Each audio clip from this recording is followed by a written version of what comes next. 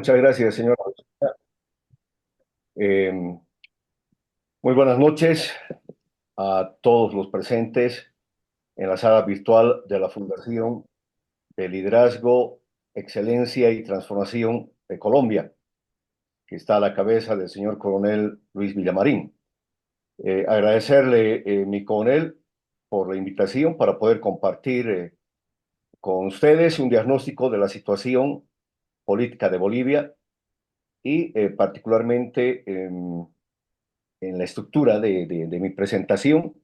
No sé si ustedes pueden ver en la diapositiva, ¿no? He tratado de hacerlo más corto y resumido en esta presentación a fin de que no pueda ocupar mucho tiempo y perder el interés de todos los presentes. Si ustedes se dan cuenta, eh, este es el temario, el cual voy a tratar el día de hoy, y específicamente empezaré a hacer una síntesis rápida de la situación política de Bolivia en los últimos 50 años, vale decir, desde 1975, para poder entender brevemente lo que hoy se vive en Bolivia, para posteriormente hacer un diagnóstico de la actual situación política interna de Bolivia, como me pidió mi coronel Villamarín. Posteriormente haré un análisis desde la teoría política, la teoría del Estado, recurriendo a algunos pensadores políticos acerca de la situación política interna en Bolivia y la interpretación que yo he hecho a su pensamiento y cómo se puede aplicar en el caso de la situación en Bolivia. Haré un poco de predicción estratégica desde el punto de vista del análisis estratégico y finalizaré con la formulación de algunos escenarios prospectivos correspondientes.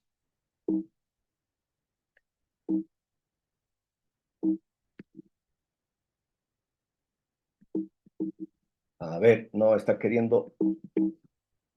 Un momentito. Perfecto. Como introducción puedo decir que la política es el arte de lo posible. Así lo mencionaba hace mucho tiempo atrás un prusiano, Bismarck. Pero en el caso de Bolivia puedo decir que en Bolivia a menudo parece ser la política el arte de lo imposible.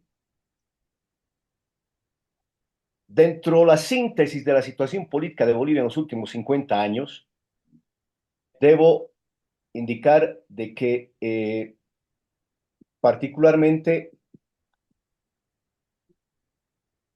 en los gobiernos militares, desde 1975 a 1982, se suscita, como en toda Latinoamérica y particularmente en nuestro continente, ¿no?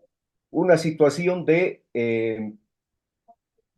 gobiernos dictatoriales, podríamos decir, los mismos que atraviesa particularmente una etapa de alta volatilidad y donde en estos gobiernos militares, que, repito, estuvo marcado por regímenes dictatoriales, represión e inicios de una crisis económica, puedo resaltar particularmente uh, el gobierno de Hugo Banzer Suárez, que si bien ingresó en 1971 a 1978, asume el poder en una situación especial donde se estaba aplicando en nuestro continente lo que se refería a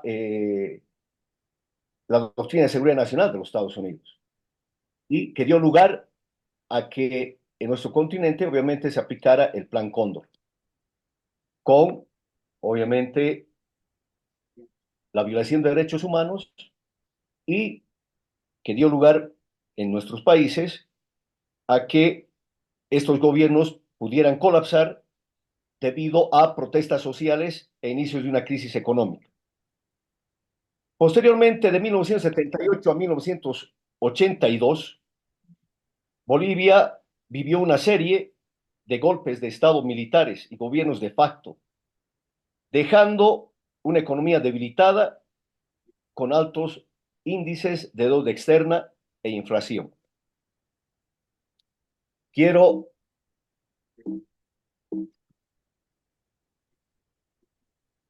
recordar particularmente a todos los presentes que cuando se da la transición democrática en Bolivia de 1982 al 2005, específicamente podemos señalar que en esta transición democrática que dura en el periodo que les he mencionado anteriormente, resaltan los diferentes periodos. Una democracia restaurada en 1982, con el retorno a la democracia, que ocurre porque los gobiernos militares deciden entregar de manera voluntaria el poder a los partidos políticos. Y obviamente, bajo el liderazgo de Hernán Siles Suazo, quien llevó adelante una gestión de 1982 a 1985 que estuvo marcada por una histórica hiperinflación que llegó al 24.000%. Luego se destaca también el neoliberalismo y pactos políticos de 1985 a 2005. Durante este periodo, el modelo neoliberal se consolidó bajo el gobierno de Víctor Paz Estenssoro con la promulgación de un decreto supremo que se lo recuerda muy bien acá, el 21060, que liberalizó la economía, pero que obviamente generó bastantes despidos. Posteriormente vienen los gobiernos como los de Jaime Paz Zamora de 1989 a 1993 y Gonzalo Sánchez de Lozada en dos periodos, 93-97 y posteriormente del 2002 al 2003. En este periodo existieron reformas como la capitalización de empresas públicas y la apertura al mercado global, posibilitando la inversión de empresas extranjeras en la prospección petrolera y descubrimiento de pozos de gas y petróleo y su posterior explotación y exportación, particularmente al Brasil y la Argentina. Luego vendría la emergencia de movimientos sociales durante los años 90, con el surgimiento de movimientos indígenas, cocaleros y sindicales que empezaron a consolidarse como actores políticos relevantes. Entre ellos se destacó a quien ustedes conocen, a Evo Morales, que en ese entonces era líder cocalero de 6 federaciones en el trópico de Uchabamba, en el sector del Chapare, y que se convirtió en ese periodo en una figura de oposición a las políticas neoliberales. Finalmente viene en este periodo de democracia pactada la crisis del sistema de partidos, que está en el periodo 2000 y 2005.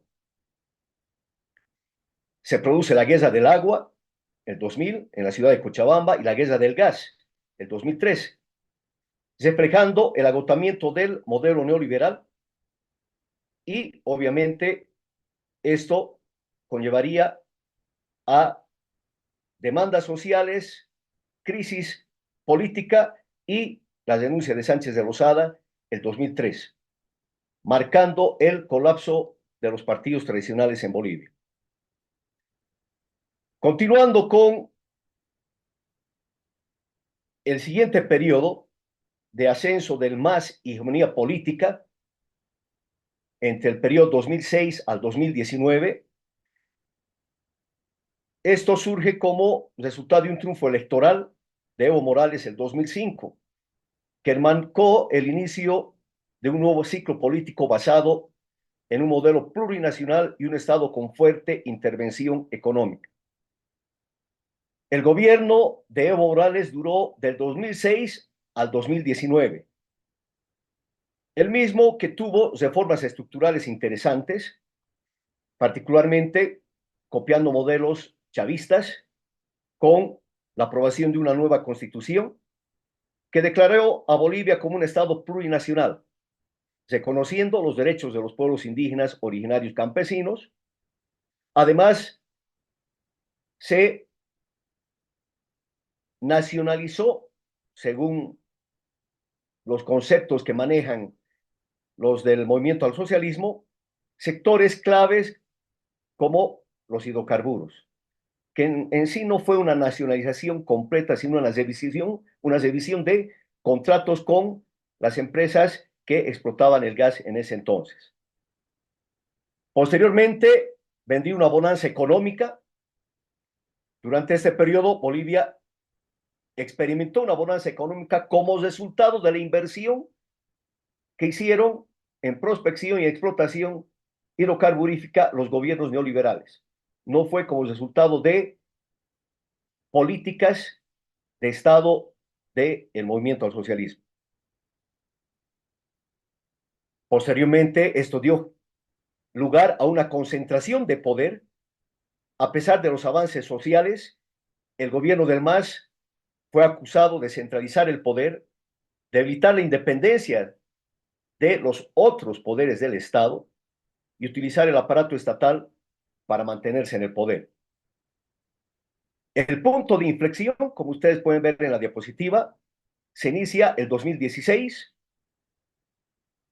con protestas populares contra el gobierno de Evo Morales, quien perdió en un referéndum para modificar la Constitución, pero sin embargo, posteriormente buscó, pese a que el referéndum le dijo no a la repostulación, buscó un cuarto mandato a través del Tribunal Constitucional, cooptado, obviamente, por el MAS, y que este Tribunal Constitucional lo habilitó para las elecciones del 2019, lo que provocó, obviamente, críticas y protestas.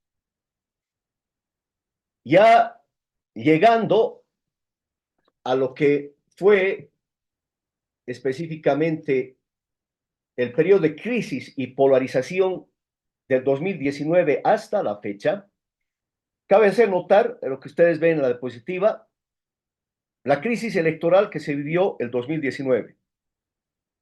Este periodo está caracterizado por una aguda polarización política y social en Bolivia, debido inicialmente a la crisis electoral, puesto que las elecciones generales fueron denunciadas por fraude tras resultados controvertidos que favorecían a Evo Morales. Esto provocó protestas masivas que culminaron con su denuncia y una transición constitucional y ascensión al poder de la señora Yanine Áñez, quien en un periodo de un año aproximadamente, 2020, llevó adelante unas nuevas elecciones nacionales, posibilitando el retorno del MAS al poder a la cabeza del actual presidente Luis Arce, quien había sido el ministro de Economía en el periodo de Evo Morales.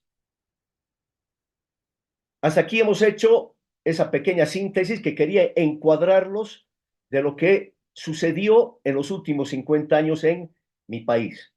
Ahora voy a ingresar al diagnóstico de la actual situación política interna de Bolivia. Este diagnóstico, como ustedes pueden ver en la diapositiva, contempla estos cuatro aspectos. El primero, que se refiere a la fragmentación en el movimiento al socialismo,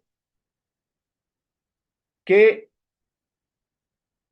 como resultado particularmente de que este partido político ha dominado la política boliviana desde el 2006 y obviamente generando una fractura interna de lucha por el poder al interior del MAS. Como resultado de las tensiones entre el presidente actual, Luis Arce, y el expresidente Evo Morales, generando pugnas de poder, debilitando al partido y creando un ambiente de incertidumbre, no solo sobre la continuidad de su hegemonía política, sino de la realización de las elecciones nacionales de este año. Esto ha generado una crisis de confianza en las instituciones. Porque, ¿por qué digo esto? Porque en Bolivia actualmente existe un creciente descontento ciudadano hacia las instituciones públicas, particularmente por denuncias de corrupción, por la falta de independencia judicial y una percepción ciudadana de parcialidad, particularmente de la justicia y, obviamente, del Tribunal Supremo Electoral, erosionando la credibilidad del sistema democrático en Bolivia y generando dudas de la posibilidad de un nuevo fraude electoral en los comicios que se van a desarrollar en el mes de agosto de este año.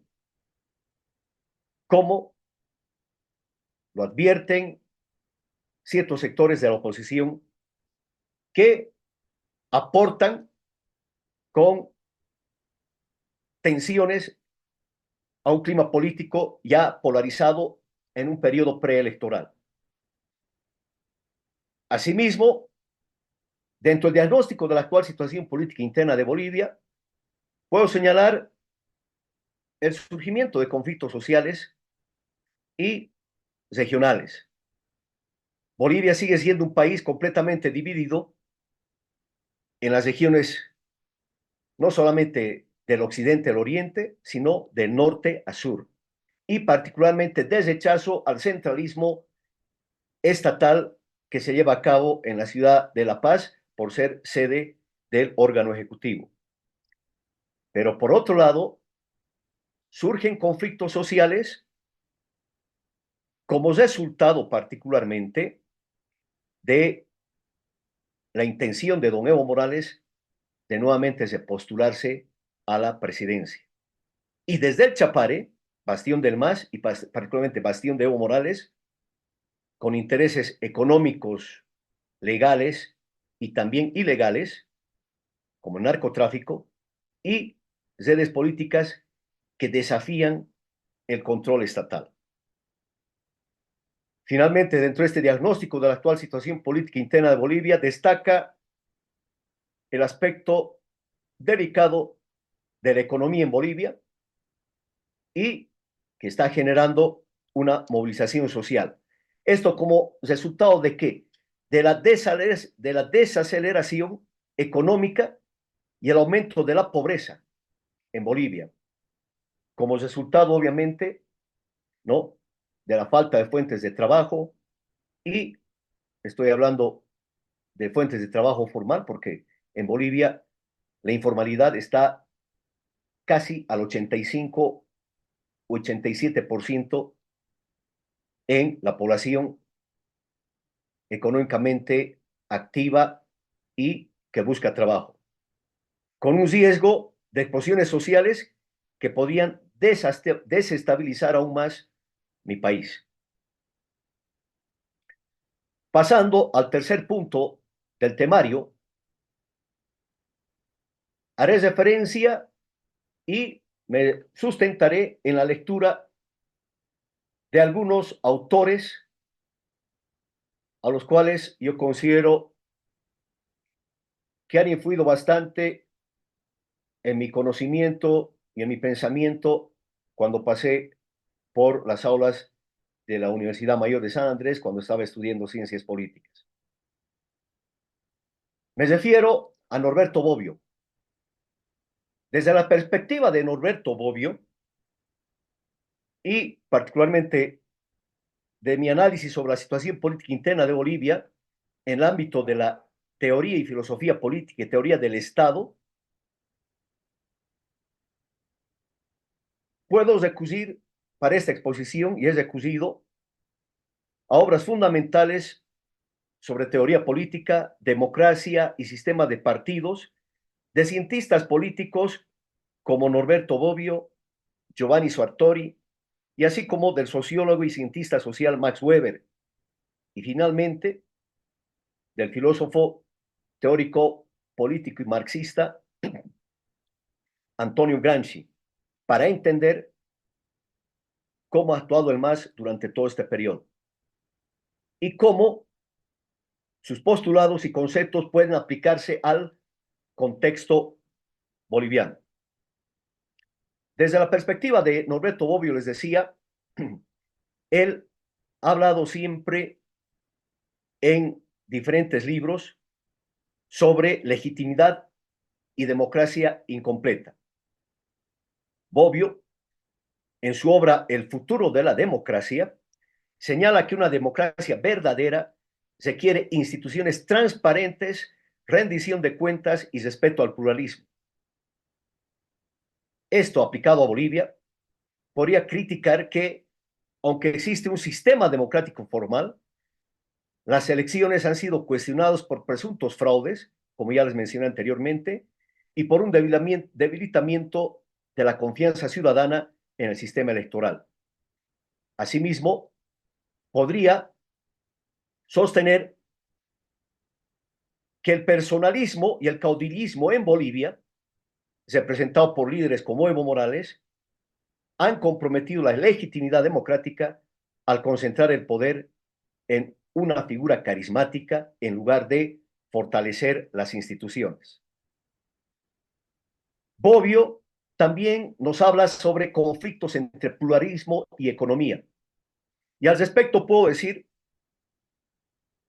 que si Bobbio se pondría a analizar la situación política de Bolivia actual, podría afirmar él que el sistema político boliviano no ha logrado integrar efectivamente a todos los sectores en un diálogo pluralista, sino que ha exacerbado las divisiones entre clases sociales, regiones y etnias, lo que posteriormente y como consecuencia de eso, ustedes pueden ver en el punto 3 de la diapositiva el surgimiento de una polarización y ausencia de consensos actualmente en el sistema político boliviano. Deseo subrayar que la política boliviana ha sido dominada por una profunda polarización ideológica, donde los conflictos entre la oposición y el oficialismo han obstaculizado la construcción de consensos. Desde la perspectiva de Giovanni Sartori, puedo mencionar que Sartori inicialmente en sus obras critica el caudillismo, particularmente en su obra Teoría de la Democracia, advierte sobre el peligro del caudillismo y el personalismo como deformaciones de la democracia en Bolivia. Podría criticar como el liderazgo de Evo Morales ha centrado el poder en su figura, relegando a las instituciones a un papel secundario. Probablemente señalaría que el MAS, aunque se presenta como un partido de masas, actúa más como un partido centrado en un caudillo, lo que va en contra de los principios de una democracia institucional. Esto se refleja en un sistema de partidos débil que, de acuerdo al sistema de partidos en Bolivia y en base a lo que menciona Sartori, quien señala y analiza que los sistemas políticos necesitan partidos fuertes y bien estructurados para garantizar la representación. En el caso de Bolivia, podría decir que aunque el MAS domina el panorama político, la oposición está fragmentada y carece de propuestas coherentes y liderazgo sólido. Esto crea un desequilibrio que debilita el sistema democrático y favorece al monopolio del poder por parte del movimiento al socialismo. Obviamente, generando el número 3, un pluralismo y exclusión. Bolivia, a pesar de ser un Estado plurinacional que reconoce su diversidad cultural e indígena, el pluralismo político está limitado a ciertas élites cocaleras del Chapare, de cooperativistas mineros y otras corporaciones y movimientos de carácter social. La política boliviana, en lugar de reflejar una diversidad ideológica y cultural inclusiva, se ha convertido en un campo de confrontación entre un discurso oficialista, hegemónico, y una oposición que carece de cohesión. Esto va en contra del principio de pluralismo que él considera esencial para las democracias modernas. Me refiero a Giovanni Sartori. Y finalmente, Giovanni Sartori haría referencia, si es que analizaría la situación de Bolivia, como una falta de institucionalidad. Probablemente Giovanni Sartori enfatizaría que Bolivia sufre de una debilidad institucional que permite que el poder se concentre en el ejecutivo, dejando al legislativo y al órgano judicial como apéndices del partido en el poder. Esta falta de contrapesos y de un verdadero sistema de rendición de cuentas ha erosionado la calidad de la democracia en Bolivia y ha creado un sistema más cercano a un autoritarismo competitivo que a una democracia liberal. En síntesis, desde el punto de vista de Norberto Bobbio y Sartori, de Giovanni Sartori, puedo decir que la política interna de Bolivia es un mal ejemplo para la democracia, donde la democracia formal ha sido comprometida por el caudillismo, la polarización y la debilidad institucional. Se debe enfatizar la necesidad de fortalecer el pluralismo, la representación efectiva y las instituciones como pilares para superar la crisis política y social que vive mi país, porque sin estas reformas, Bolivia a futuro podría enfrentar una mayor erosión de su sistema democrático. Recudiendo a Max Weber, y particularmente he querido tocar este tema sobre lo que propone Max Weber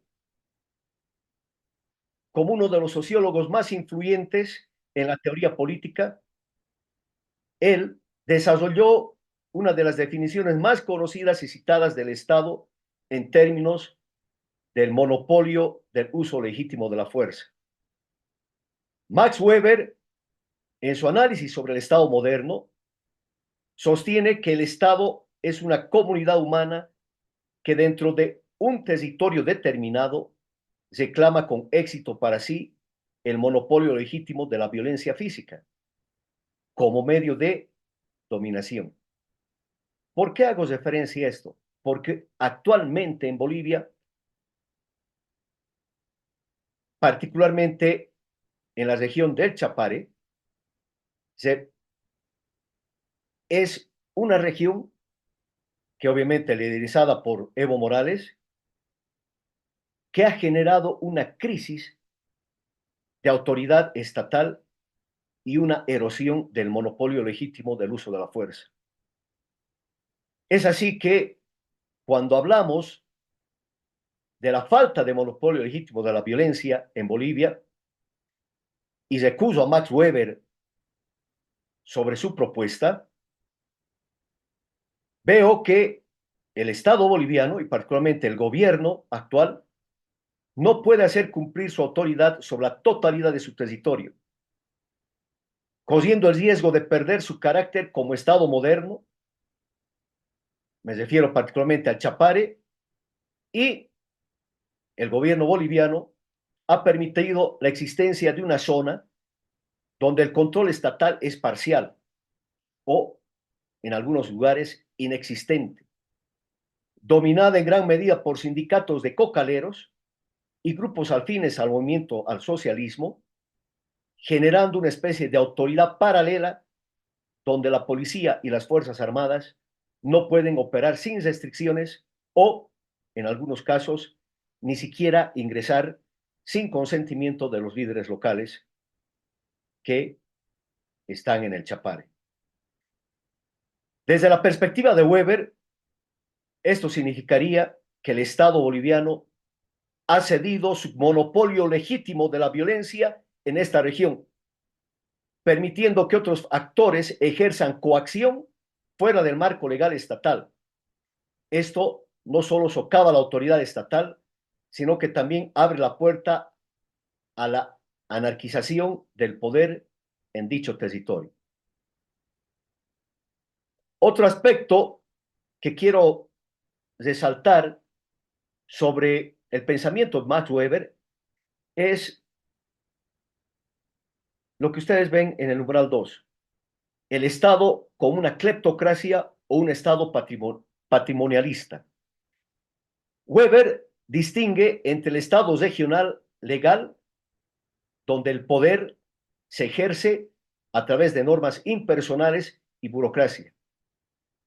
Y también reconoce Weber la vigencia del Estado patrimonialista, donde el poder se concentra en un caudillo o grupo que administra el Estado como si fuera su propiedad privada. Lo que sucede en el Chapare, de alguna otra manera, durante estos 16 años o más, ha generado una especie de clientelismo político donde la lealtad a un líder o partido está por encima del orden legal. El poder en el Chapare no responde a un ordenamiento institucional, sino a una red de intereses políticos, económicos, ideológicos y del narcotráfico. En tercer lugar, Max Weber nos habla de la legitimidad del poder entre un poder carismático versus un poder legal racional. Y obviamente estas tres formas de legitimidad del poder que hace referencia, legitimidad tradicional, legitimidad carismática y legitimidad legal racional, de alguna otra manera nos permiten reflexionar que en Bolivia el MAS ha construido su poder en torno a la legitimidad carismática de Evo Morales, quien es visto por sus seguidores como un líder casi mesiánico. Sin embargo, este tipo de legitimidad es frágil y altamente inestable. Lo estamos viendo hoy en día por la división existente en el MAS, ya que depende exclusivamente de la figura del líder y no de las instituciones.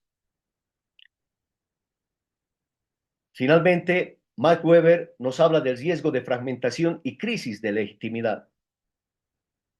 Desde la perspectiva weberiana, puedo mencionar y citar y decir que la falta de control estatal en el Chapare tiene graves implicaciones para la estabilidad del Estado boliviano, generando una fragmentación del poder estatal, una deslegitimación del gobierno, un aumento de la violencia y del crimen organizado y, obviamente, dando lugar a futuro, si el conflicto escala y se genera el surgimiento de grupos armados o, como mencionó la anterior semana Evo Morales, promoviendo la lucha armada en la región, la posible intervención de fuerzas externas por la falta de control en el Chapare, que de alguna otra manera puede generar presiones internas y externas para mayor intervención de las Fuerzas Armadas de Bolivia o incluso llamados a la interferencia o a la injerencia nacional o, perdón, internacional de la lucha contra el narcotráfico. En conclusión, Weber, de alguna otra manera,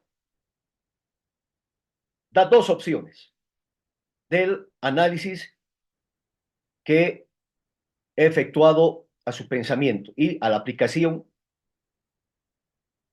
del monopolio legítimo de la violencia en el caso de Bolivia. Una de estas opciones es de restaurar el monopolio legítimo de la violencia en todo el territorio nacional, lo que implicaría, en primer lugar, despolitizar las Fuerzas Armadas y la policía y restablecer el control del Estado en el Chapare mediante el imperio de la ley. O la otra opción, de mantener el statu quo, lo que continuaría debilitando la legitimidad del Estado y abriría la puerta a una mayor inestabilidad política y social en el futuro. Antonio Gramsci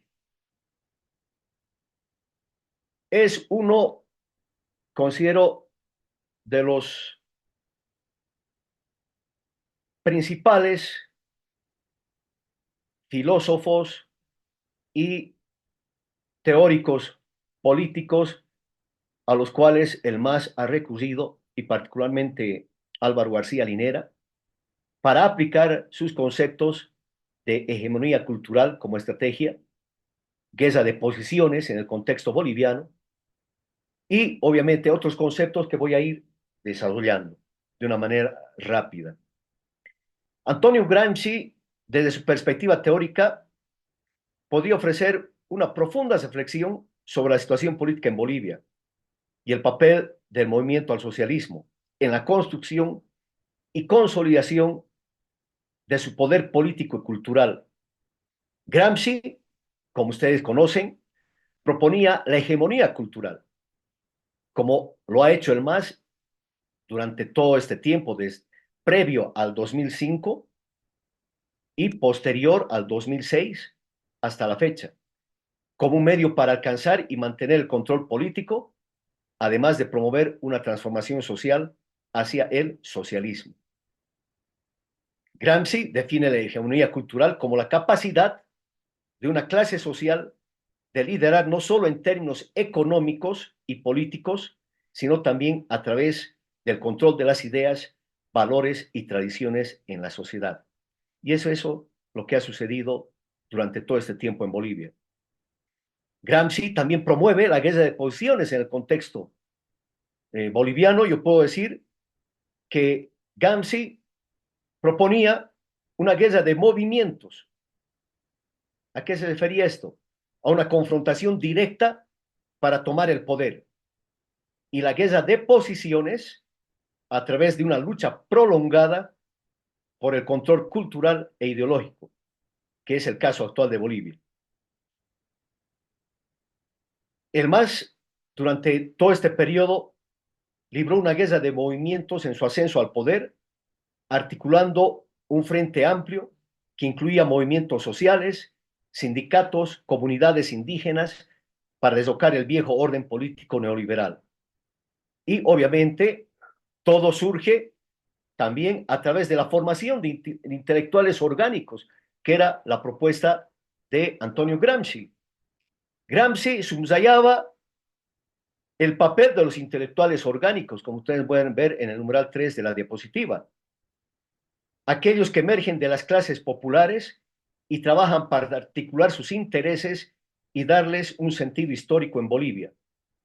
El MAS ha promovido una serie de intelectuales orgánicos que han permitido reforzar su hegemonía al legitimizar el discurso del proceso de cambio, que ustedes lo han debido escuchar también en Colombia, a través de narrativas que exaltan la historia indígena y la lucha contra el colonialismo.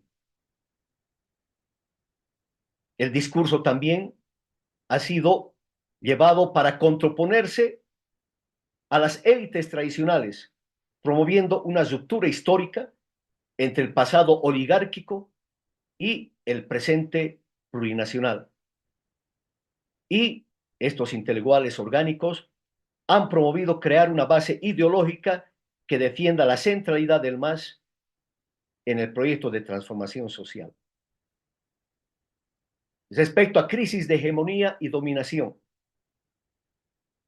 Gramsci, en su teoría política y para la lucha del poder, además, él promovía, obviamente, la toma del poder a través de esa guerra de posiciones que les he mencionado.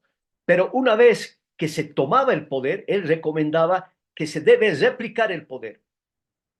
Y la réplica del poder generaría hegemonía, que hay que buscar la hegemonía, y posteriormente la dominación.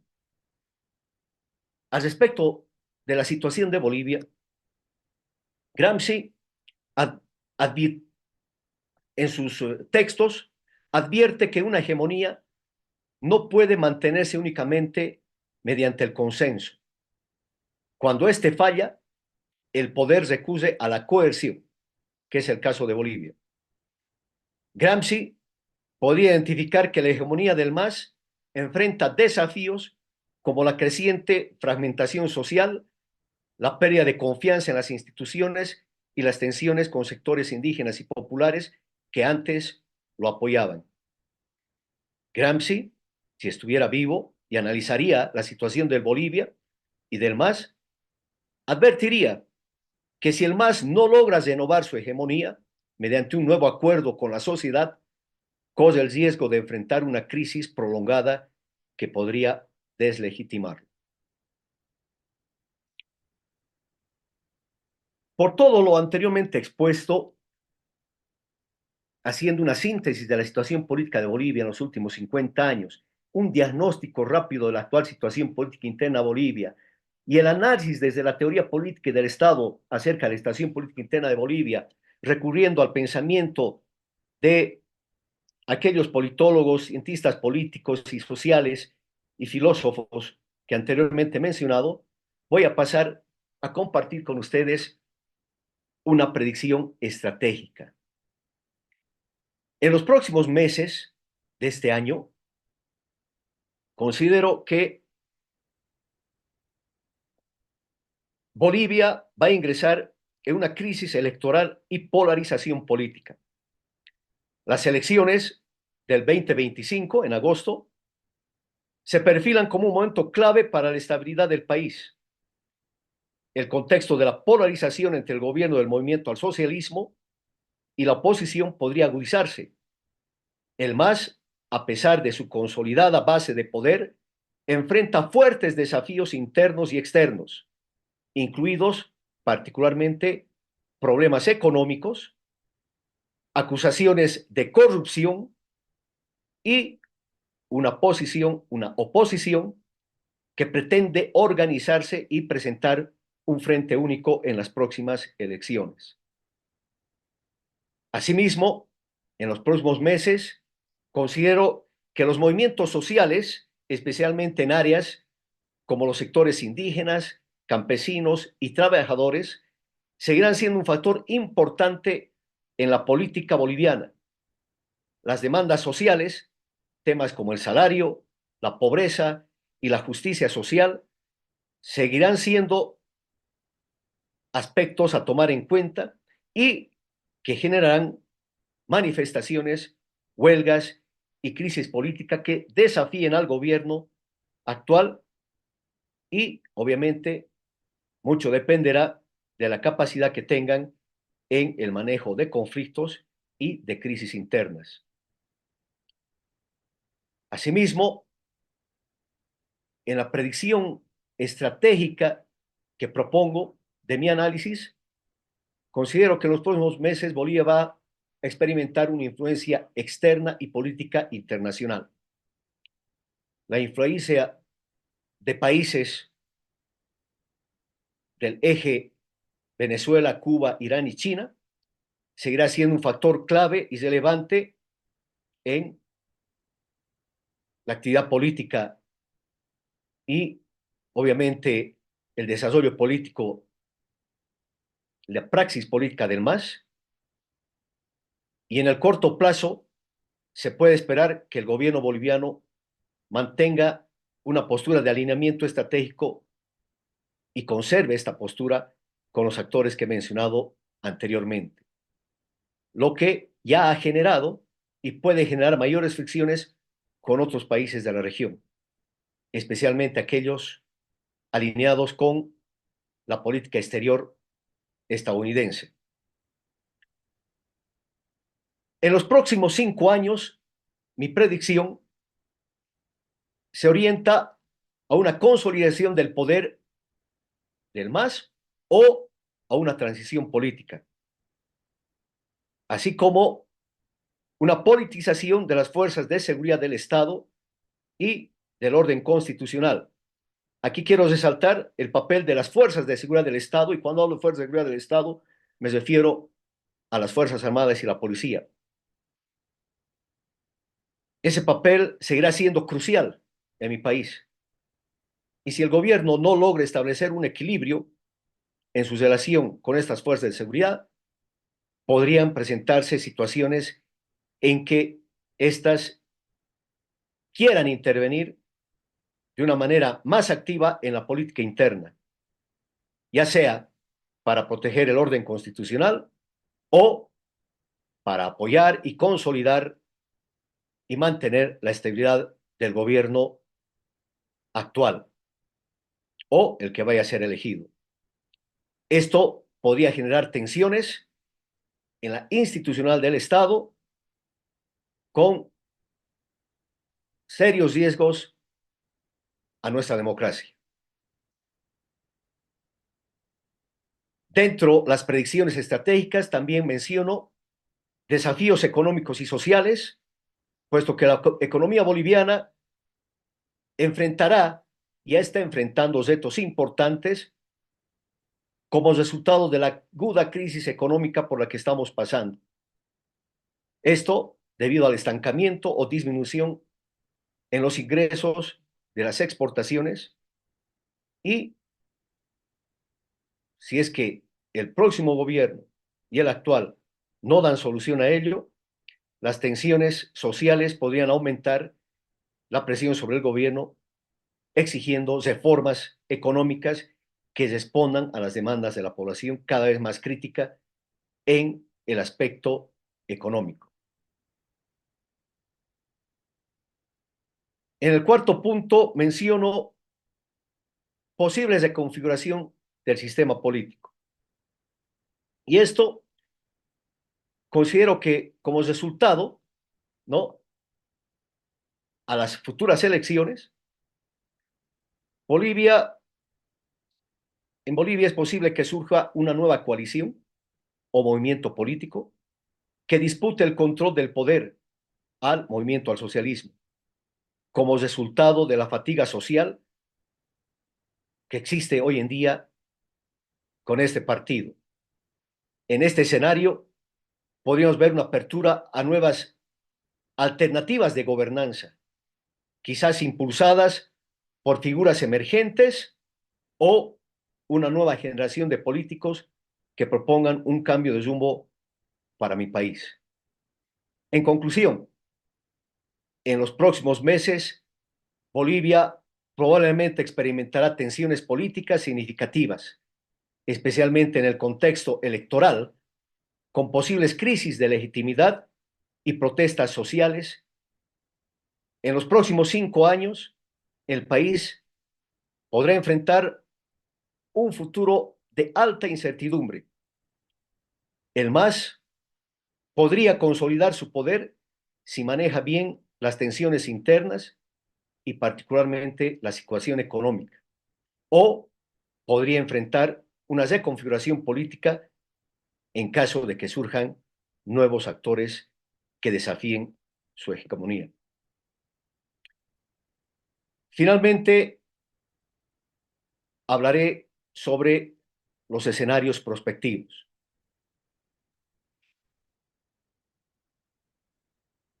Un primer escenario que lo llamo de estancamiento político y crisis institucional. Si la fragmentación en el MAS persiste y no se logra un liderazgo unificador, Bolivia podría entrar en un periodo de estancamiento político, y en este contexto la polarización entre oficialismo y oposición se profundizaría, aumentando las protestas y los conflictos sociales. La judicialización de la política, tanto contra opositores como contra disidentes internos del MAS, que podría agravar la percepción de autoritarismo. Otro escenario prospectivo es el escenario de ruptura y emergencia de nuevas fuerzas políticas. Esto como resultado de una creciente insatisfacción ciudadana que podría dar lugar al surgimiento de nuevos actores políticos y sociales. Esta renovación podría provenir de movimientos regionales o de plataformas independientes que apelen al desencanto generalizado con el MAS y los partidos tradicionales. Y finalmente, un escenario de conflicto en el Chapare y zonas estratégicas. En un escenario extremo, la incapacidad del Estado para controlar el Chapare y otras zonas estratégicas podía derivar en enfrentamientos directos entre las fuerzas de seguridad y grupos armados vinculados al narcotráfico. Este escenario pondría a prueba la capacidad operativa de las Fuerzas Armadas y de la Policía Boliviana. Y además con el riesgo de que se podría internacionalizar el conflicto al vincularlo con redes transnacionales del crimen organizado.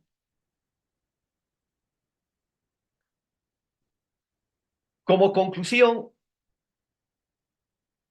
para finalizar mi exposición,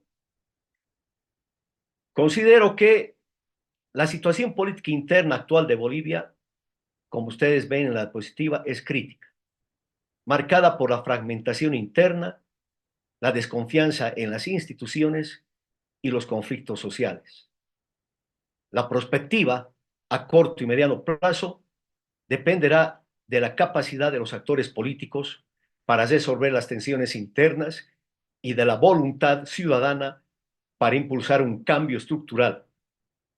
Solo con una visión estratégica y un liderazgo político renovado será posible evitar escenarios de colapso estatal y trazar un camino hacia la estabilidad y el desarrollo tan deseado en Bolivia. Muchísimas gracias y con esto concluye mi exposición y estoy presto a sus comentarios y si es que hubiera alguna pregunta, claro que sí. Estoy presto a las preguntas que puedan tener. El coronel, buenas noches. Con el coronel Eugenio Alarcón, voy a ser su moderador. Si Y podría, coronel, por favor, ahora un poquito más fuerte, no le he copiado muy bien. soy el coronel Eugenio Alarcón, voy a ser su moderador esta noche.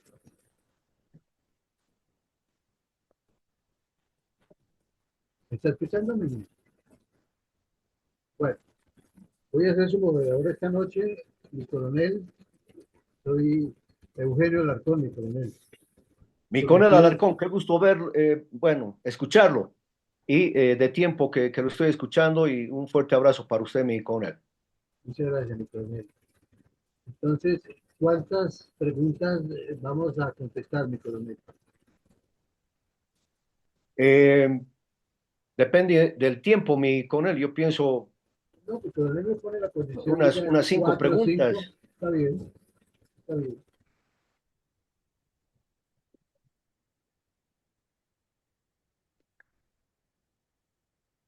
Adelante, mi coronel Alarcón. Mi coronel dijo que Entonces, cuando haya preguntas. ahí está Y está mi coronel Pachón ya con la mano arriba, mientras que él hace su intervención, les pido el favor de los restantes que vayan a intervenir y levantar la mano. 2 o 3 minuticos y salimos adelante. Por favor, mi coronel Pachón, adelante. Muchas gracias a la Fundación y al señor coronel Terán por la información sobre la política actual y anterior de Bolivia y las perspectivas frente al hermano país. Mi inquietud es la siguiente. La comercialización de drogas, estupefacientes, narcotráfico, ha influido continuamente en en la política de los diversos países latinoamericanos, especialmente lo que ha sido Colombia, Ecuador, Perú, Bolivia, por ahora. Eh, Nuestro país en un momento producía la cocaína con la producción de la coca traída de Bolivia, pero luego nos volvimos en expertos cultivadores y supongo de que se dejó de ingresar hoja de coca para refinarla aquí en el país. Se notó esa situación dentro del país y qué migración hubo de los productores de la hoja de coca a otras actividades. Gracias. Eh, bueno, mi coronel, obviamente, como usted muy bien mencionaba, en la década del 70 particularmente y principios de la década del 80, Bolivia enviaba eh, pasta base y coca a Colombia. Y obviamente ya posteriormente Colombia adquiere seguramente todo el conocimiento de la producción, no solamente de la cocaína, sino también de la producción de la coca. Y hoy en día, por ejemplo, Colombia es el mayor productor de hoja de coca que se encuentra en el primer lugar, luego viene Perú y Bolivia. Hubo una etapa en los gobiernos neoliberales que se llama, que pretendieron erradicar la hoja de coca, porque más allá que en mi país la hoja de coca sí se utiliza para el acullico, porque es considerada como una hoja sagrada en la cultura aymara quechua, y obviamente muchos sectores de la población hacen el acullico, mastican coca. Pero obviamente ese consumo de la población es pues mínimo a comparación de la cantidad de hoja de coca autorizada por la ley vigente en mi país. Y que eso ha generado que muchos campesinos que antes se dedicaban a la producción agrícola de otro tipo de productos, y no así de la coca, hayan tenido que dejar esa actividad y dedicarse a la producción y a la plantación de coca. Posteriormente, particularmente en mi país, no solamente se genera y se produce coca en el Chapare, sino la producción de la hoja de coca ha crecido hacia diferentes parques naturales protegidos y obviamente, particularmente las Fuerzas Armadas, a través del ejército, son parte de los elementos de erradicación forzosa porque a los campesinos resulta mayor ganancia, en obtener mayor ganancia plantando coca y vendiéndola, ya sabemos a quién, ¿no? A los narcotraficantes, en ese circuito cocaína. Y obviamente su diversificación en la actividad económica, considero que no ha cambiado en todo este periodo. Muchas gracias, mi coronel. Muchas gracias, mi coronel. Mi Gracias. coronel Terán. Vamos con el ingeniero Alfredo Gruber. Por favor, adelante. Muy buenas tardes a todos. Un gran saludo al coronel Terán. Realmente, coronel, usted nos ha hecho un retrato de un estado fallido. Eh, y yo percibo a Bolivia con los recursos naturales que tiene y las posibilidades de poder desarrollarse bajo regímenes serios, democráticos, serían fantásticos. 85% de trabajo informal es una cosa exorbitante, ¿no? Ante cualquier economía. Seguramente ni impuestos pagan esa gente, ¿no? Eh, Teniendo los recursos de hidrocarburos cuantiosos y además la minería, que ha sido característica desde la época de la colonia, y además el litio, que es un elemento hoy día que tiene intereses enormes por las nuevas tecnologías que se están desarrollando y que, bueno, va en línea con todos estos programas de conservación ambiental y de reducción del CO2 en la atmósfera, baterías y demás. Entonces, yo sencillamente no veo que haya liderazgo en Bolivia en estos momentos. Tienen que surgir nuevos líderes para poder hacer los cambios que se requieren. La educación, me imagino que es un gravísimo problema, este, dado pues las condiciones de crisis económica que tiene el país, a los servicios, deben ser en estado pues caóticos. Entonces, no hay líderes emergentes en Bolivia que puedan realmente analizar, que salga un Milei como argentino o que salga una María Corina Machado venezolana que están, que son modelos a seguir y que tienen clarísimo qué es lo que hay que hacer para realmente volver a una situación de progreso, de orden y de paz en el país. Comentarios puede hacernos usted acerca de eso? Bolivia, por ejemplo, tal como está la situación de crisis, yo veo muy difícil que pueda haber intereses en inversionistas para poder entrar en el país para desarrollar eso, a no ser que sean los chinos, que sí están metidos en todos los países donde hay problemas, porque precisamente ellos tienen la virtud de poder hacerlo en todos los países africanos y asiáticos y latinoamericanos también. Entonces quería sus comentarios, mi coronel, por favor.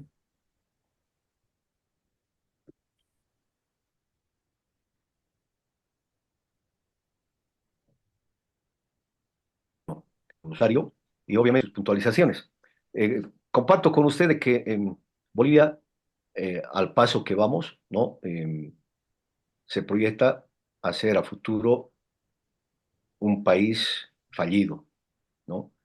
Eh, Debido particularmente a la debilidad del Estado, no solamente en la aplicación de uso legítimo de la fuerza, donde deban y tengan necesidad de hacerlo el Estado para hacer cumplir la ley, sino también en temas particularmente de justicia, de educación, como usted muy bien mencionaba, ¿no? Y donde las instituciones públicas que han sido creadas y que son creadas en los diferentes estados y países justamente para llevar adelante el logro del fin esencial de un estado, cual es el bien común sustentado en sus fines esenciales, como son el bienestar y la seguridad. Lastimosamente, en Bolivia esto no se practica, no se aplica, por lo que usted mencionó, por la falta de liderazgos. Y obviamente porque lastimosamente en mi país hubo una etapa en la que las ONGs ingresan en la década del 80 y a principios del 90, justamente con intenciones bien definidas para lograr lo que se ha logrado hasta el día de hoy. La consolidación, ¿no? De un Estado que se denomina plurinacional, pero donde lo plurinacional queda como un párrafo más dentro de la descripción misma en el primer artículo de la Constitución Política del Estado para definir el sentido mismo de lo que es Bolivia. Y si usted revisa el Latino Barómetro del 2024, que fue publicado a finales de diciembre, ubica a Bolivia entre 18 países de la región en el último lugar. En el último lugar en situación económica, percepción de progreso de la población, en satisfacción de la democracia, de confianza en la justicia, de confianza en la policía. Y obviamente eso es preocupante, porque no conducen los destinos del país quienes con capacidad, con estudios y con conocimiento deberían hacerlo. Y todo está sustentado en ya sea intereses corporativos, intereses políticos, intereses empresariales, perdiendo la brújula y perdiendo el rumbo hacia el desarrollo y obviamente el bienestar de todos los bolivianos. Muchas gracias.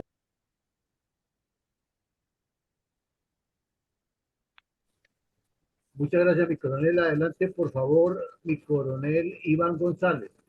Y se alista mi coronel Peña. Gracias, mi coronel. Buenas noches para todos. Mi coronel Terán, a medida que le escuchaba su exposición sobre la patología política de Bolivia, pues menos mal que usted hacía frecuentes referencias que estaba hablando de Bolivia, porque a veces yo tuve la tendencia a pensar de que era exactamente un diagnóstico sobre la política colombiana. Parece que somos idénticos. Nos suceden los mismos fenómenos de tipo político, social, cultural, económico, hasta folclórico. Entonces, ¿será posible que este fenómeno que nos es similar también será igual para toda Latinoamérica, incluido Centroamérica, el Caribe y Sudamérica? ¿O estaré un poco exagerando, mi coronel? Considero que sí, mi coronel. En las tertulias que tenemos permanentemente con mi coronel Villamarín, eh, llegamos a esa conclusión de que hay muchos aspectos comunes en nuestros países, ¿no? Que obviamente deberían ser cosas buenas, pero lastimosamente no se copia y no se practican las cosas buenas, sino lo malo. Y particularmente eh, muchas cosas a las cuales yo he hecho referencia acerca de mi país, sobre la situación política actual de mi país. Si ustedes en Colombia no toman en cuenta todo cuanto está pasando en Bolivia y existe una indiferencia tanto de la sociedad, de organizaciones llamadas a reflexionar y concientizar a la población sobre cómo se maneja los destinos de nuestros países, entonces se van a seguir aplicando las mismas fórmulas, procedimientos que han aplicado y se han aplicado en otros países que se encuentran en las mismas condiciones. Ese es el motivo por el cual existe aún pobreza, subdesarrollo en nuestros países. Es por eso que existen malos políticos. Le comento que, por ejemplo, para las elecciones que se van a llevar adelante en Bolivia en agosto, se pretende conformar una un frente unido de la oposición,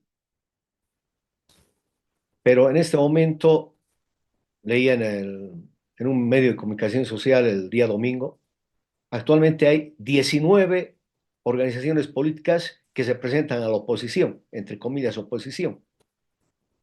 Y hoy afirmaba o informaba el Tribunal Supremo Electoral que posiblemente se apruebe a otras dos organizaciones políticas. Entonces, no hay conciencia respecto a el saber elegir a estadistas, a líderes políticos capaces, que estén en condiciones de planificar estratégicamente el futuro de nuestras naciones. Y de ahí tenemos problemas en política exterior, tenemos problemas en política económica y obviamente esperamos, como sucede en algunos países de nuestro continente, que sean organizaciones como las Naciones Unidas o la Organización de Estados Americanos quienes solucionen nuestros problemas. Y no es así. Podemos ver cómo en Venezuela, pese a que las elecciones últimas, las del año pasado, se demostró y demostraron allá en Venezuela que hubo fraude, pues asumió nuevamente el señor Maduro. Y obviamente ni Naciones Unidas ni la OEA han logrado hacer algo. Y esto depende de nosotros mismos, de los colombianos, de los bolivianos, de los venezolanos, para poder cambiar estas estructuras que están asfixiando a nuestros países y llevándonos, como muy bien mencionaba hace un momento quien hizo sus comentarios, a situaciones de pobreza y de conflicto interno, y que lógicamente genera migraciones forzadas hacia los países de la región o a los países del norte. Muchas gracias. Muy claro, mi coronel, muchas gracias. Muchas gracias, mi coronel González, mi coronel Terán. Adelante, por favor, mi coronel Raúl Peña. Mi coronel, buenas noches. Excelente su presentación. Tengo un comentario y una pregunta para realizar. El comentario es que usted habló de la teoría gramsciana y estamos totalmente de acuerdo.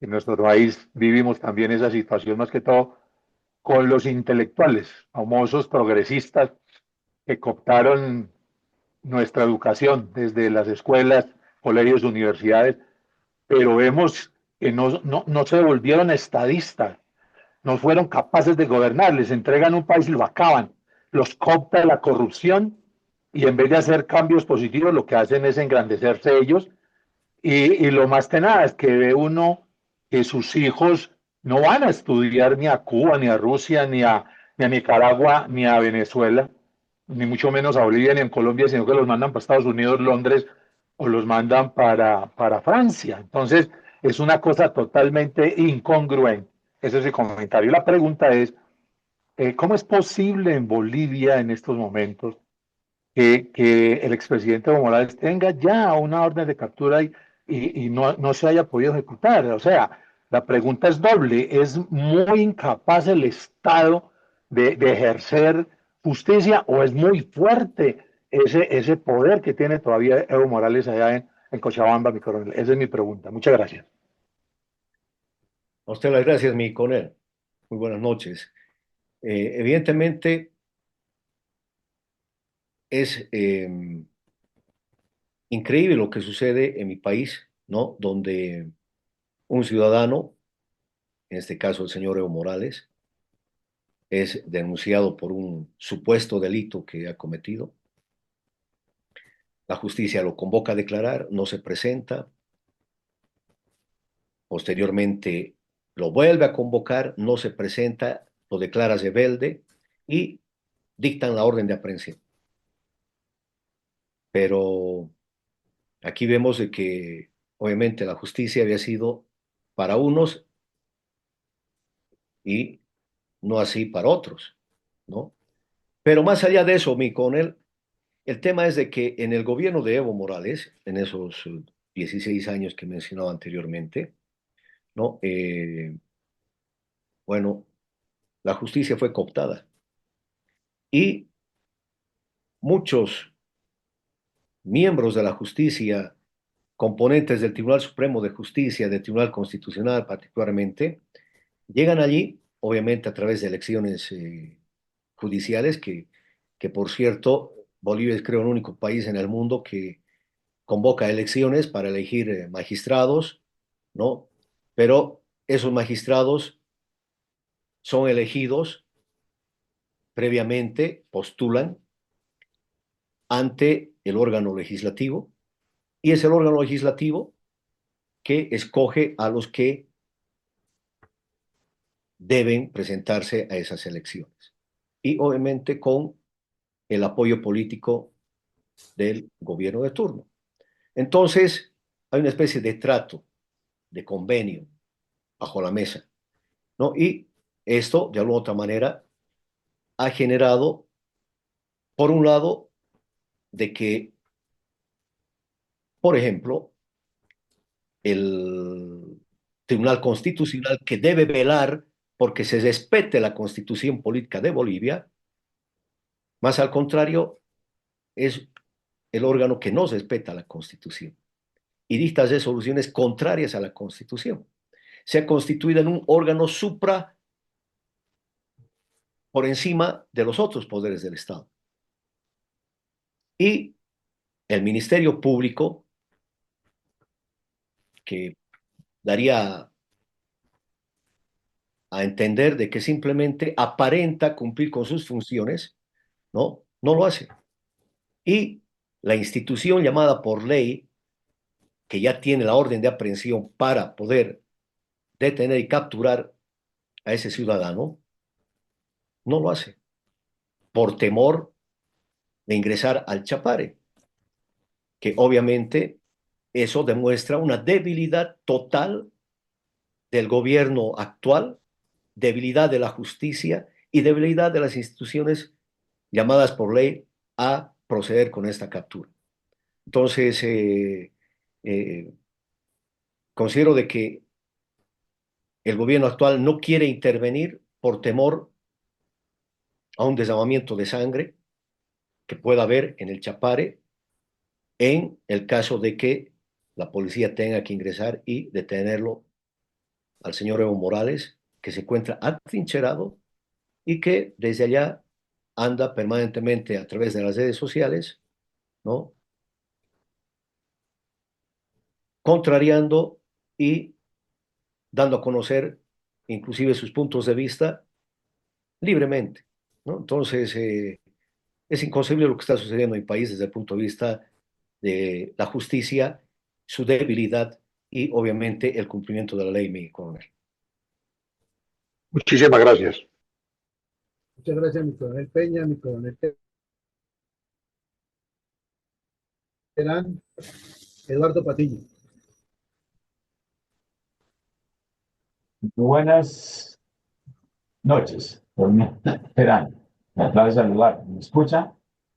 Sí, sí, la escucho muy bien. Buenas noches. Bueno, coronel, en primer lugar, felicitarlo por su intervención tan brillante que hizo para hacernos conocer la realidad del Estado boliviano. En segundo lugar, pues yo quisiera hacerle varias preguntas, pero por razones de tiempo me remitiré solo a dos.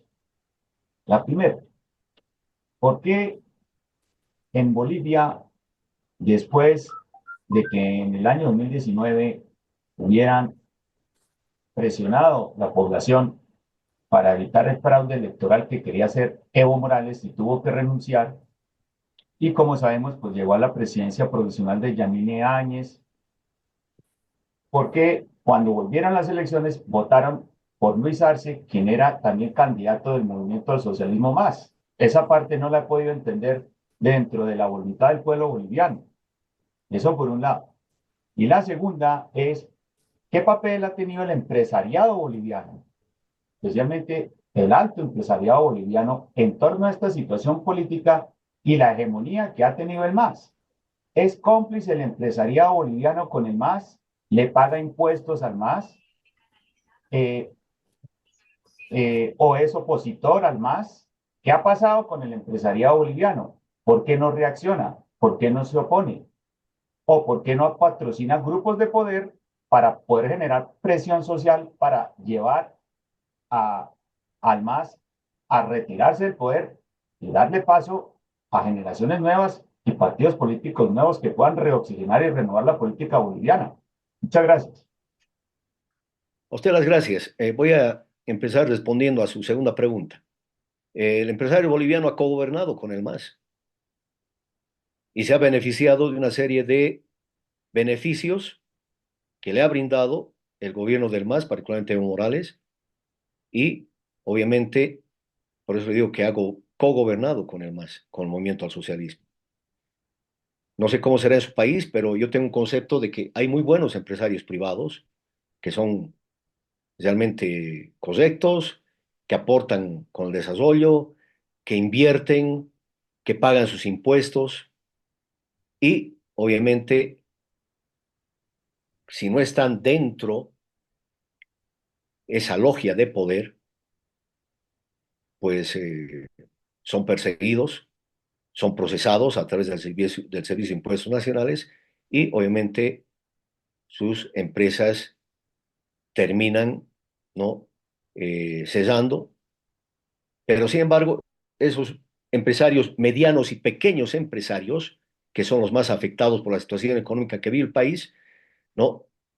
Eh, se confrontan con los grandes empresarios que de alguna otra manera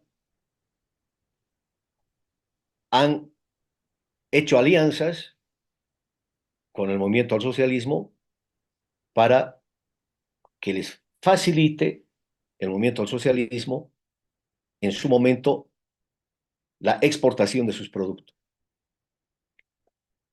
Pero como resultado del mal manejo económico y del derroche que hubo en la época de bonanza que hacía referencia en mi exposición, ¿no? Todas las divisas que se obtuvieron como resultado de la producción hidrocarburífera y la venta de gas tanto a la Argentina como al Brasil, fue derrochado y obviamente hoy en día no hay dólares en Bolivia. Y estos empresarios privados, ¿no? Están siendo seriamente afectados por la situación económica que vive el país. Ahora, usted decía, deberían patrocinar. Obviamente que muchos empresarios privados están, ¿no? Patrocinando organizaciones políticas. Tienen también intereses políticos. Y están dentro de ese número que les di hace dato de más de 19 organizaciones políticas que de alguna otra manera están patrocinadas por estos empresarios privados, que desde mi punto de vista hay, no todos, hay algunos cuya bandera es el dólar y no, en el caso de Bolivia, el rojo, amarillo y verde, que son los colores de mi bandera. Respecto a su primera pregunta, cuando renuncia Evo Morales como resultado del fraude electoral, obviamente se produce una transición constitucional democrática que según el MAS fue un golpe de Estado, ¿no? Y lastimosamente quien asumió la presidencia, la señora Yanine Áñez, desde mi punto de vista, en mi opinión, fue utilizada como tonta útil por esos políticos de siempre corruptos de la derecha, ¿no? Que asumieron el poder, ella estaba ahí mostrando la cara, pero detrás de la silla presidencial estaban los viejos políticos neoliberales, que obviamente desacreditaron todo ese movimiento en las calles, esa revuelta popular que se dio en 2019 y que deslegitimizó todo ese proceso. Y quienes negociaron en su momento la salida del señor Evo Morales hacia México fueron los que ahora se están presentando como futuros candidatos para la presidencia de Bolivia. Me refiero a Tuto Quiroga, que él, sin ser designado por la población, va, se autonombra, negocia con el MAS y obviamente facilita la salida de Evo Morales. Él habla con Manuel López Obrador para que pueda asilarse allá don Evo Morales. Y otros, como Carlos Mesa, que también participó en esa negociación, ¿no? Que se tomaron atribuciones que no les correspondían y que obviamente, más allá de los actos de corrupción de ese gobierno de transición, desilusionó a muchos futuros electores, pero también la oposición hizo las denuncias de que no pudieron comprobar, obviamente, de que hubo también fraude en las elecciones de 2020. ¿Esto por qué? Porque el padrón electoral sigue siendo el mismo, fue el mismo que utilizaron para las elecciones de 2019 y va a ser, si es que el Tribunal Supremo Electoral así lo permite, ¿no? Va a seguir siendo el mismo padrón electoral con el cual se van a afrontar las elecciones del 2025 con una probable nueva o un nuevo fraude electoral, si es que el Tribunal Supremo Electoral así lo permite y no planifica convenientemente este proceso electoral. Mi coronel Terán, hemos terminado por la parte de preguntas. ¿Puedo preguntar? Mi coronel Carvajal, adelante, por favor. Gracias, buenas noches. Quisiera hacer una pregunta, pero primero quisiera hacer dos comentarios. Escuchándolo a usted, mi coronel Gustavo Terán, recuerdo que en una oportunidad Petro manifestó que uno de sus más grandes maestros era Antonio Gramsci. Segundo comentario, en Colombia puede analizarse que un 20% de nuestra nación puede estar bajo la influencia comunista.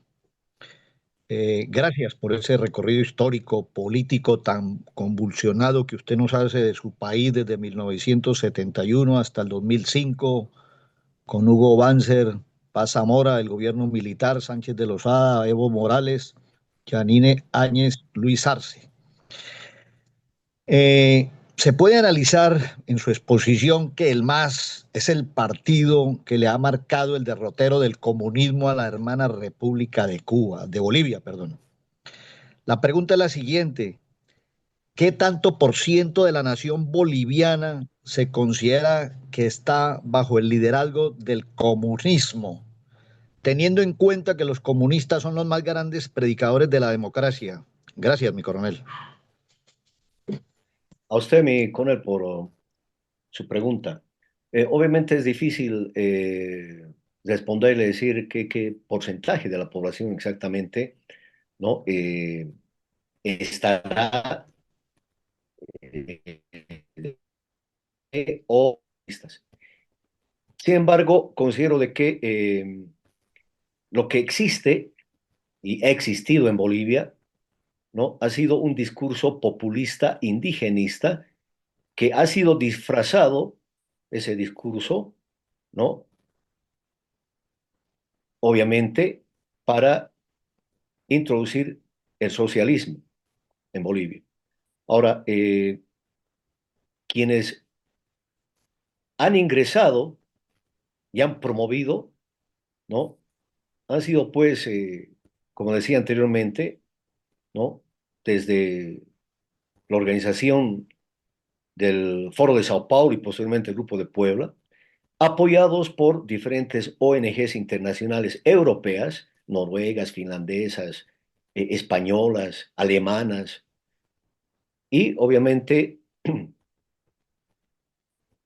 otros grupos que vinieron a adoctrinar a nuestra población, particularmente indígena, originaria, campesino, con ese discurso de lucha contra el colonialismo, de deconstrucción de la historia, de la verdad histórica de los hechos en la época de las dictaduras, etcétera, etcétera. Y podría decir de que Evo Morales, en los estudios que se hacen en la carrera de Ciencias Políticas, tendría una base social, ¿no? Una base social, tenía una base social electoral aproximadamente del 30% de toda la población que está en edad de votar. Sin embargo, de ese 30%, dudo que el 90% apoye el socialismo, porque la idiosincrasia, particularmente de la aymara y del quechua, es capitalista. Son comerciantes por naturaleza, son capitalistas, pero fueron atraídos a través del discurso populista y de restauración, de instauración del indigenismo en Bolivia. Gracias. Pues, mi coronel, hemos terminado el espacio de preguntas y aportes por parte de los participantes. Le agradecemos mucho su presentación. Quedamos igual de preocupados por toda esta situación que nos está presentando en Latinoamérica y muy seguramente con nuestra aporte, nuestra lucha, podremos salir adelante. Le renuevo los agradecimientos y vamos a pasar entonces a la parte pertinente relacionada con las conclusiones y la bendición por el día de hoy por parte de nuestro presidente, mi coronel Luis Alberto Villamarín Pulido, presidente de la Fundel. Muchas gracias, mi coronel Terán. A usted las gracias, mi coronel Alarcón, y obviamente a mi coronel Villamarín por la invitación formulada, por darme la oportunidad de compartir con este auditorio tan importante de señores oficiales en retiro de las Fuerzas Armadas de Colombia y profesionales civiles colombianos, patriotas, que, al igual que nosotros en Bolivia, en el Centro de Diplomados y Estudios Nacionales, tenemos esa visión de dar nuestra vida, nuestro conocimiento, nuestra capacidad por mejores días para nuestro Estado y obviamente para las generaciones futuras. El futuro de Bolivia, distinguidos oficiales, distinguidos profesionales civiles, no está escrito definitivamente, pero sí depende y dependerá de si logramos reconstruir nuestras instituciones. Instituciones democráticas, instituciones públicas, instituciones privadas, fuerzas armadas, policía, etcétera, para restaurar la confianza en la democracia y encontrar un equilibrio entre la estabilidad y el cambio que queremos todos los bolivianos para mejores días de mi nación. Muchísimas gracias. Muchas gracias, mi coronel Terán. Adelante, por favor, mi coronel Villamarín.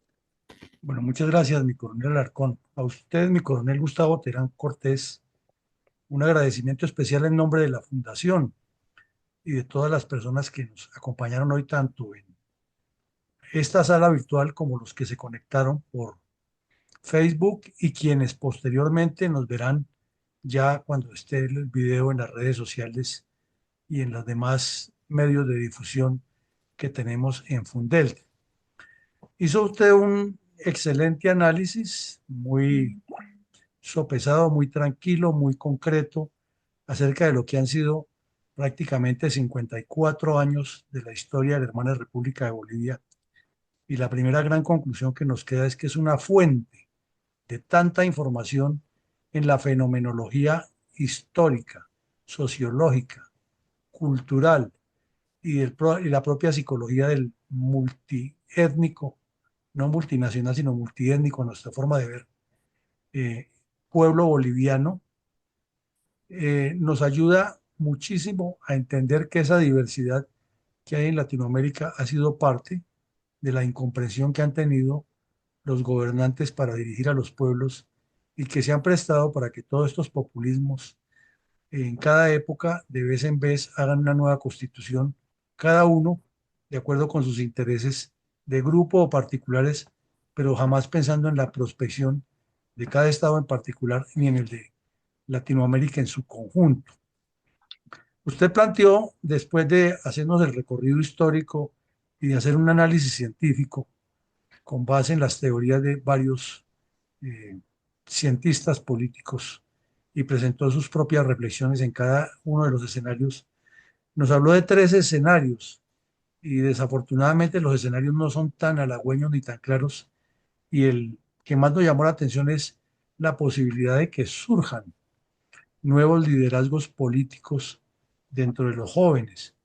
Pero quizás ustedes tienen el mismo problema que tenemos nosotros aquí, que está tan ideologizada y tan vulgarizada la forma de hacer política que es muy difícil que la juventud adquiera de una manera rápida y concreta una formación política pensando en la nación y el país, porque es que lo que hay sobre la mesa, lo que hay en los medios de comunicación, en las redes, en las aulas, en la intercomunicación, es el populismo, es el utilitarismo, es la mentalidad confrontacional, es la mentalidad desafiante, es la pérdida de los valores, y así es complejo que la juventud adquiera un escenario más especial. Sin embargo, pues la esperanza es lo último que se pierde y no hay que seguir, no hay que dejarla debilitar.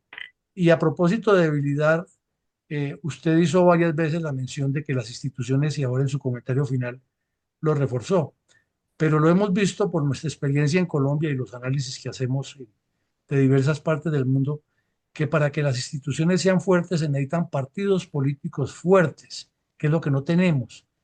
Entonces ahí es una cantidad de personas que pretenden sacar ventaja, que se autodenominan líderes, y no sé si ustedes están enterados en Bolivia, que debe ser un fenómeno de toda Latinoamérica. Tenemos alrededor de 80, oiga bien, mi coronel Terán, al día de hoy hay 80 precandidatos y candidatos presidenciales que inclusive ya han renunciado varios senadores y congresistas de la Cámara para buscar disque lanzarse y todos dicen que tienen la seguridad y al final del ejercicio terminan en dos argumentaciones. Una, o que son amigos o contrarios a Petro. Ahí está la primera argumentación. Y la otra, en que para eso están las Fuerzas Armadas, para que salgan a exponer la vida y resarcir todo este desorden público que hay. Entonces el problema está en los partidos políticos. Y si no hay partidos políticos serios, difícilmente se pueden construir liderazgos, no de personas, sino de grupos, de instituciones y proyectos.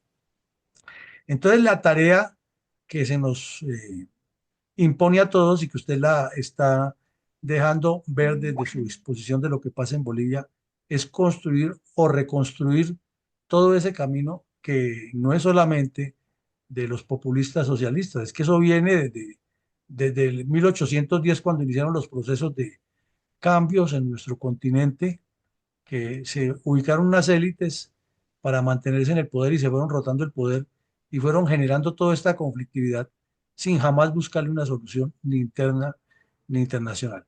Así es de que mi coronel Terán, hemos disfrutado muchísimo su experiencia, su conocimiento, pero hemos aprendido también muchísimo.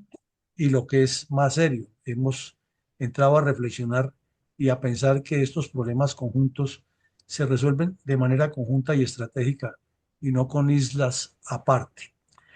Esta es su casa, mi coronel Terán. Muchísimas gracias por venir y siempre será bienvenido. Sabemos que ya para la próxima semana usted nos va a traer a un señor almirante que nos va a hablar de otros aspectos geopolíticos y quisiéramos seguir interactuando permanentemente con la hermana República de Bolivia, porque hay demasiada información estratégica, geopolítica y estructural que debemos conocer todos y compartirla. Muchas gracias, mi coronel Terán, y le paso la palabra para que usted nos dé su último mensaje y se despida. Muchas gracias, mi coronel. Nuevamente el agradecimiento por la invitación el día de hoy para poder hacerles conocer cuál es la situación política vigente en mi país, que nos sirva a todos para, no solamente al expositor, sino a todos ustedes a reflexionar también sobre la situación política de su país y cuáles son las proyecciones que tenemos a futuro como militares, ya sea del servicio pasivo que llamamos en Bolivia o retirados en Colombia, para coadyuvar, obviamente, con recomendaciones estratégicas a los decisores políticos, pero decisores políticos que realmente tengan conciencia en seguridad y defensa. Yo soy optimista, mi coronel, de que tenemos que trabajar por el fortalecimiento institucional de nuestros países, tenemos que trabajar por el diálogo nacional y pacto social para evitar conflictos que lleven al enfrentamiento entre connacionales. Tenemos que ser conscientes de la importancia de la modernización de nuestras Fuerzas Armadas y Fuerzas de la Policía para afrontar las diferentes amenazas existentes y de las operaciones multidominio que usted conoce y sabe muy bien.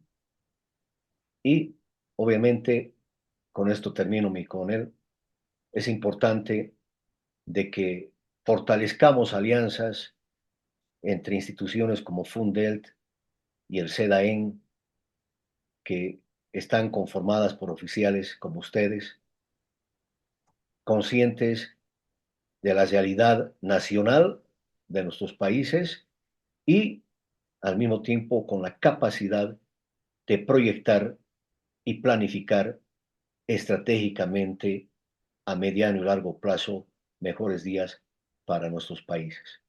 Nuevamente, muchas gracias, mi coronel, y estoy siempre a sus órdenes. El almirante Yamil Borda está presente, el siguiente expositor, que nos va a representar al CEDAEN para el tema que usted muy gentilmente nos ha pasado, mi coronel, la invitación.